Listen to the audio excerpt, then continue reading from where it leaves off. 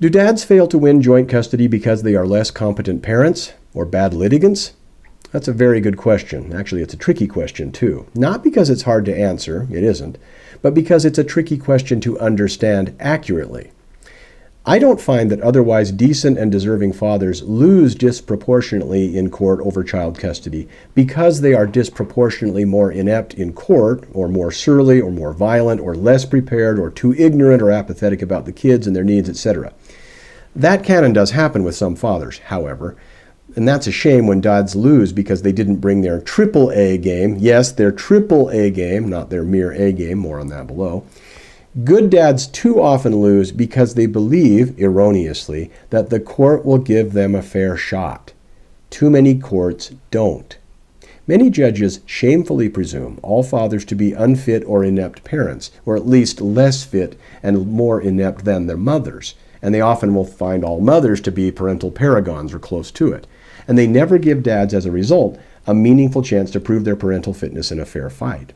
By way of one example, I've been involved in many cases in which I've asked for temporary orders of joint equal physical custody to give a 50-50 custody schedule a chance to prove itself viable or a failure. And the judge will deny the motion, claiming, we shall not treat children like lab rats, or something to that effect. Then the judge issues temporary orders that give dad a minimal parent time or visitation schedule, all the while with the judge swearing up and down that the so-called temporary orders won't have any precedential or prejudicial effect on the final custody award.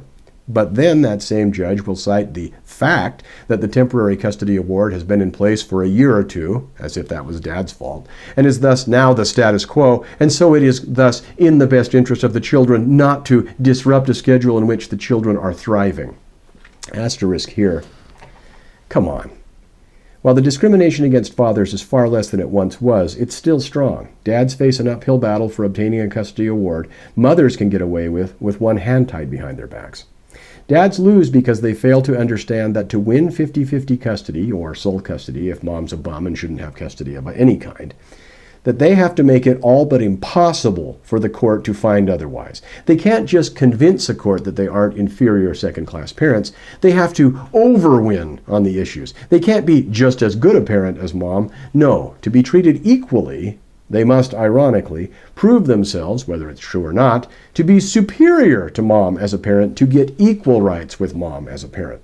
That's not fair to dads or moms, but it's reality in too many cases. Asterisk here.